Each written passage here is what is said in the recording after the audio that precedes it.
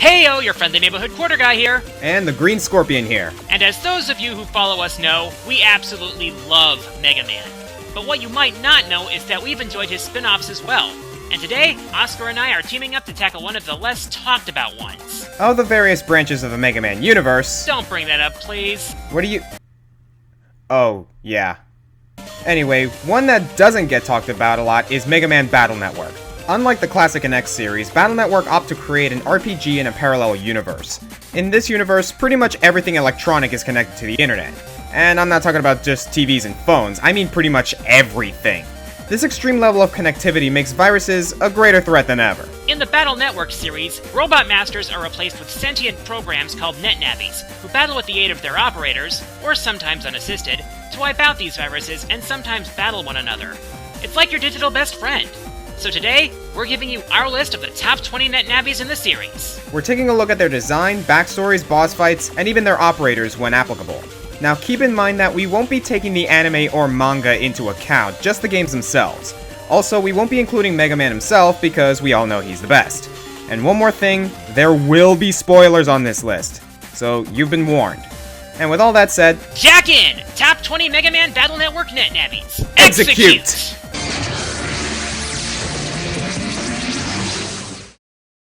Fans of the series may question this first choice. After all, at first glance, there doesn't really seem to be that much special about DesertMan. For one, his design is simply a head with hands made out of sand.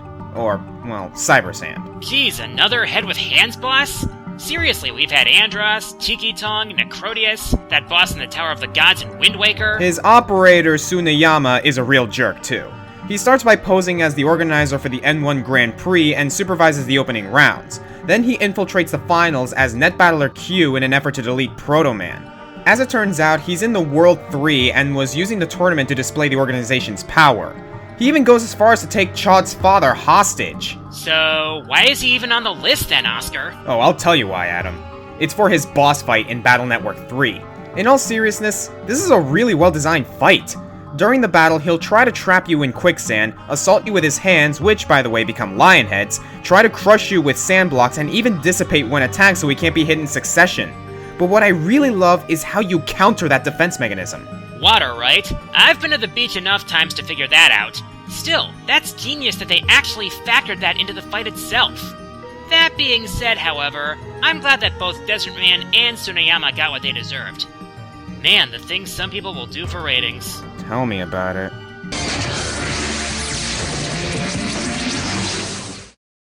Next up is Dr. Mario's Apprentice. Really, Adam? Well, it looks like that's what they were going for. Anyway, number 19 on this list is Medy from Battle Network 5. The NetNavi of a medical student named JudgeMan, Medy combines a unique battle style with an interesting story. After the 5th Liberation in Team ToadMan version of Battle Network 5, Lan meets JudgeMan, who's looking for a book on medical secrets. That happens to be in the internet. In fact, she's so determined to find it that in spite of Lan's warnings, she sends Medy to the Undernet alone, only to be ambushed by a revived CloudMan, resulting in the apparent deletion of ToadMan when he takes the blow. JudgeMan, feeling guilty for the loss of ToadMan, asks to join the team, but is initially turned down. Not one to be deterred, however, she goes all vigilante and sends Medy to the Undernet herself, where MegaMan finds and confronts her. The battle begins, and Medy soon shows her prowess in battle, attacking with dangerous chemicals, HP draining attacks, and... Pills here! It's a really fun battle, and kind of challenging as well. When Medy does join the team, she brings a lot to the liberation effort, particularly her special skill, Twin Liberation. It allows her to target every panel between herself and one of her teammates. Also, we should probably address Medy's soul. By sacrificing a recovery chip, Mega Man gains the ability to infuse his chips with status effects, as well as attack your enemies with pills here! Okay, did Lewis have a hand in designing this Navi before the zombie outbreak? Heck if I know. All that matters is Medy is one nurse that I wouldn't mind having on my hard drive. Sure is better than that crappy antivirus software I have.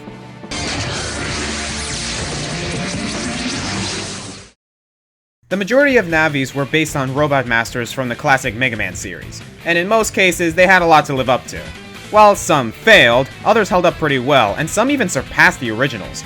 QuickMan from Battle Network 2 was one of these cases. I mean, look at him! From his design alone, you can tell that this Navi could give the Flash a run for his money. QuickMan is the Navi of Speedy Dave, an operative of the Gospel Net Mafia who was sent to blow up Okuden Dam under the guise of a park ranger. When MegaMan corners QuickMan at the 4th bomb, QuickMan proves that his name and his aerodynamic design are far from just for show. During the fight, QuickMan blocks your shots like he's a Super Saiyan, zips around the room like Sonic the freaking Hedgehog, and tries to cut you down with his boomerangs. Considering his guard up as long as he's not moving, you'll need to do one of two things. Option 1, attack him with the same swift reflexes that he uses, which is easier said than done, believe us. The other option is to use chips that cover as much territory as possible so that you can hit him while his guard is down. While the second option is more reliable, it's so satisfying to beat him at his own game. Of course, after this fun and challenging fight, QuickMan reveals that he's the detonator for the final bomb, and that his deletion will result in the dam's destruction. But just when you think it's over, yeah, you guessed it, Shot and ToadMan save the day. This pretty much becomes a running event throughout the series. Speaking of which, I have to mention what Dave says once he gets arrested. Okay, I know I've seen this before. Yep, you have. In pretty much every Scooby-Doo episode. Would have been mine if it hadn't been to those meddling kids. Hadn't been to those meddling kids. Hadn't been to those meddling kids. There's a wrong way to portray natives in media, and then there's a right way. On that note, we come to TomahawkMan. Aside from being inspired by the traditional image of the Native American, this guy just looks friggin' cool. TomahawkMan is the Navi of Dingo, who first battles Lan after sealing a booster program claiming its developer caused harm to his village. After Lan defeats him, he offers to join Team Colonel as an apology. He also appears in the Falzar version of Battle Network 6, where he teaches people about the customs of his village. In battle, TomahawkMan is a Navi to be feared. Because he has super armor, he doesn't flinch from most chip attacks, and the only status that can affect him is poison. Also, his Tomahawk swing has the range of a Life Sword program advance, and in liberation missions, it can liberate 6 panels at once. Not only that, but he can also throw his Tomahawk like a boomerang. In Battle Network 5, he comes packing a totem pole that he can jump from to attack. It can also attack with meteors, shield him from damage, or even heal him. In Battle Network 6, however, he trades a totem pole for an eagle that dashes at you, or merges with his Tomahawk to crack an entire row of panels. Either way, you're going to need to be on the move quite a bit in order to dodge his attacks. He also has both a double soul and a cross. Both Tomahawk Soul and Tomahawk Cross protect MegaMan from status effects, allow him to heal on a grass field, and give him a wide-range axe for a charge shot. Another thing we like about TomahawkMan is his personality. Both he and Dingo are very enthusiastic about battling and very hot-blooded. Kind of like Lan and MegaMan, but to a much greater extent. Not to mention their utter disgust for the 1%. Overall, TomahawkMan has a likable personality as well as a great battle. However, his weapon still looks more like a regular axe than an actual tomahawk. Well, I guess it's just a nitpick.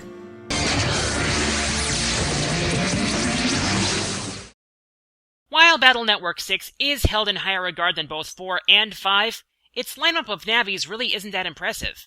In fact, aside from the returning Navis, there really isn't a Navi from the entire game that truly— Objection! I'm sorry, Adam, but I find a huge contradiction in your testimony. What do you mean? Oh yeah, that one. Yep, all rise for the dishonorable JudgeMan. Not to be confused with that one Yu-Gi-Oh card that nobody used, JudgeMan would make for Phoenix Wright's worst nightmare in court. JudgeMan appears in Battle Network 6 as the Navi of Prosecutor Ito, who Lan first meets when called to testify against Captain Blackbeard. Later, when Lan's father is accused of attempting to hack the Judge Tree, Lan not only finds evidence to clear his father, but discovers that the culprit was none other than Ito himself. What, was Ito learning from Von Karma? Exposed of his crime, Ito reveals that he's a member of the revived World 3, and sends JudgeMan in to hack the Judge Tree. When MegaMan finally corners JudgeMan, he will throw the book at you. Literally. Not only does he have an electric whip that can hit you even in invisible status, he'll also attack you with evil books that can sandwich you if you're in the middle. On top of that, he can summon a book to act as a shield that can counter your attacks with various chip effects. This is a battle that will keep you on your toes. The variety in JudgeMan's attacks means that cross forms will do you a little good, so it'll come down mostly to your battle chip skills like in previous games. Lastly, his design fits his theme of law perfectly. All that's missing is the gavel. We'll leave that to MegaMan. He knows how to bring the hammer down on scoundrels like him. Take that!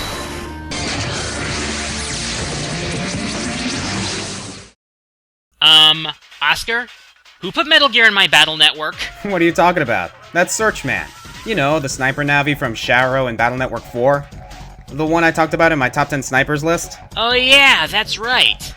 But I swear, his design looks like it came straight out of Metal Gear. I mean, look at him! SearchMan first appears in the Red Sun tournament as the navi of a soldier named Rika. Rika entered the tournament in order to demonstrate Sharrow's military power, and after studying MegaMan's techniques, estimates a 99% chance of victory. Talk about confidence. In battle, SearchMan has a small arsenal at his disposal.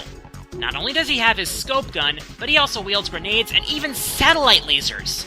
You really feel like you're up against a seasoned veteran of the battlefield in this fight. Rika and SearchMan return in Battle Network 5 to join Team ToadMan. And even though the agents of Nebula play SearchMan and MegaMan against each other, resulting in another fight between the two, they ultimately reconcile and expose the real culprits, leading to Rika joining the team officially. Good thing too, because his ability in liberation missions is extremely useful, allowing him to search item panels up to 6 panels ahead and disarming traps. Also of note is Search Soul, which gives MegaMan the use of the sniper rifle and the ability to shuffle his chips up to 3 times per turn, making it one of the most useful double souls in the series. Seriously, are you sure this guy wasn't inspired by Metal Gear? Yes, I'm pretty sure.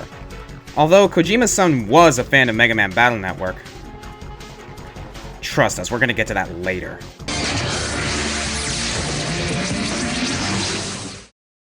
Oscar, what's with that face? Sorry, but CutMan is just so adorable. CutMan? You mean the vice commander of Gospel's occupation force serving under ShadowMan?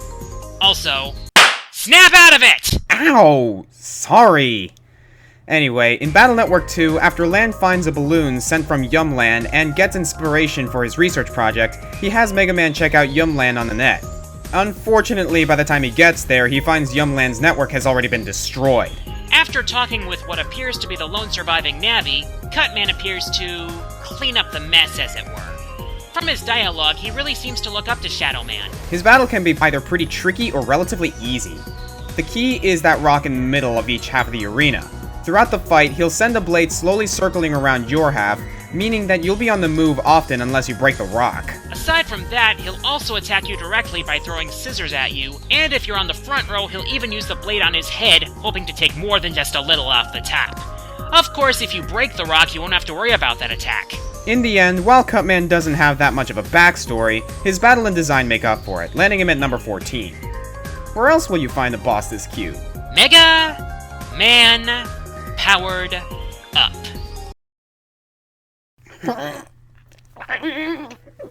Next entry.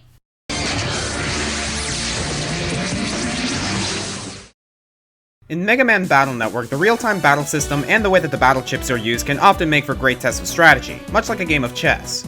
And thus, we come to KingMan from Battle Network 3. Designed after the most important piece in a game of chess, KingMan definitely lives up to his name. KingMan and his operator, an expert chess player named Tora, are competitors in the N1 and ultimately reach the semi-finals where they face Lan and MegaMan. And this is where KingMan stands out. KingMan doesn't do much attacking on his own, instead relying on the chess pieces on the field. Throughout the fight, the knight will try to stomp you, causing shockwaves as it lands, and the pawns will try to slash at you if you're in the front 2 rows. These pieces can be destroyed by using breaking chips, but if you do this too often, KingMan will counter with Plan B. This respawns his pieces and steals your front row so that you'll have less room to maneuver. Plan B can actually spawn one of 3 sets of chess pieces. He can either respawn 2 pawns and 1 knight, 2 knights and 1 pawn, or he'll change it up even further by summoning a rook to protect him from frontal attacks. Also, if he manages to bring your health down low enough, he'll move in for the kill with his checkmate attack. He'll have his chess pieces box you in, and then attack with a tremendous stomp. However, he only does this if your health is low enough to land the final blow. If you don't have the undershirt equipped, this attack will delete you. In essence, this net battle really does play out like a game of chess. In order to win, you need to outmaneuver KingMan's team and plan ahead for his counters. It really makes you think, making for a unique challenge. Something we'll see at least a few more of as we continue our way up the list.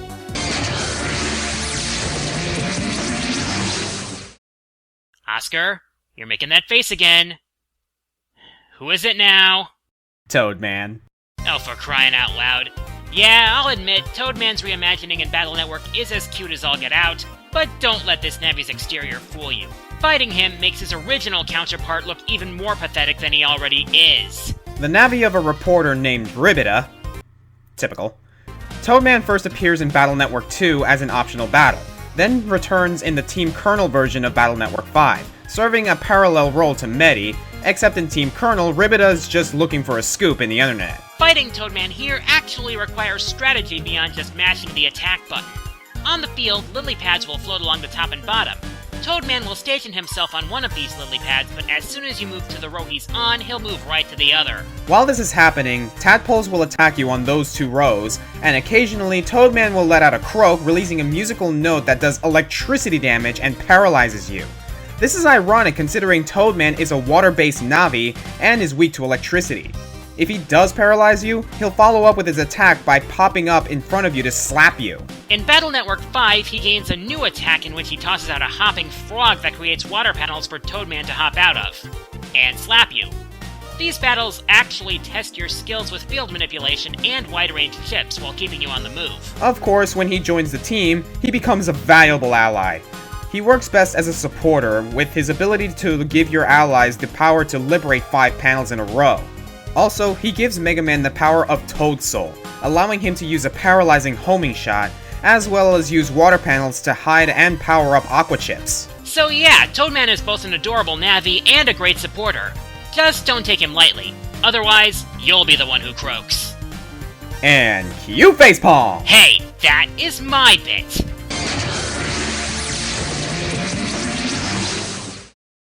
Mr. Match is an interesting character to say the least. This guy can't seem to stay consistent. Seriously, he changes loyalties and Navis so often that I'd even go so far as to say that he flip-flops more often than a Waffle House politician. However, of the 3 fire-based Navis that Mr. Match has used, FireMan was definitely the most memorable. Being the first major boss in the series and remaining largely faithful to his original counterparts, he definitely leaves an impact on players. His first appearance is in the first game, when he causes Lan's oven to catch fire while he's searching for one of the programs for the life virus. The battle that follows is extremely basic, but still pretty fun. In the battle, he attacks with a flamethrower that can roast you, as well as fire towers that track your row as they travel forward. Like we said, a basic battle, but this isn't the last we've seen of him. He and Mr. Match return in Battle Network 4. In Red Sun, Mr. Match is one of your potential opponents in the Den Battle tournament. Lan suspects him to be up to his old tricks, but a woman running a hot dog stand tells him that Mr. Match saved her business. Of course, Lan's suspicions are only half confirmed when Match reveals that he and a group of fellow World 3 expats were planning to blow up the tournament site. But since the vendor was in the audience, Match wanted to call out the plan. But after the other thugs try to go ahead with the plan anyway, Lan takes care of them so that the match can continue. And this time, FireMan adds a couple new attacks. For one of them, he launches fire bombs that can leave panels momentarily scorched. For the other, he creates a ring of flames leaving only the center panel open. He's a bit more aggressive here, but it's still a relatively basic fight. However, this time you get Fire Soul out of the deal. By sacrificing a fire element chip, MegaMan gains a flamethrower attack, the ability to use lava panels to recover, the power to create grass panels to boost the damage of fire attacks, and the ability to charge fire chips to make an even stronger flamethrower. Despite being very situational, it's a lot of fun. Also, we have to give credit to FireMan's appearance in Burnman's scenario. Especially how Lan and MegaMan stopped the 2 Fire Navis from cooking up the cyberworld. Lan certainly knows how to push someone's berserk button. Overall, FireMan may not have the most challenging boss battles, but he's certainly a memorable Navi, and that counts for a lot. Well, that's all for part 1. We'll finish this up on Adam's channel, where we'll count down the top 10 Navis in the series. And if you want to see more of our videos, feel free to check out our channels. But for now, we'll see you guys in part 2.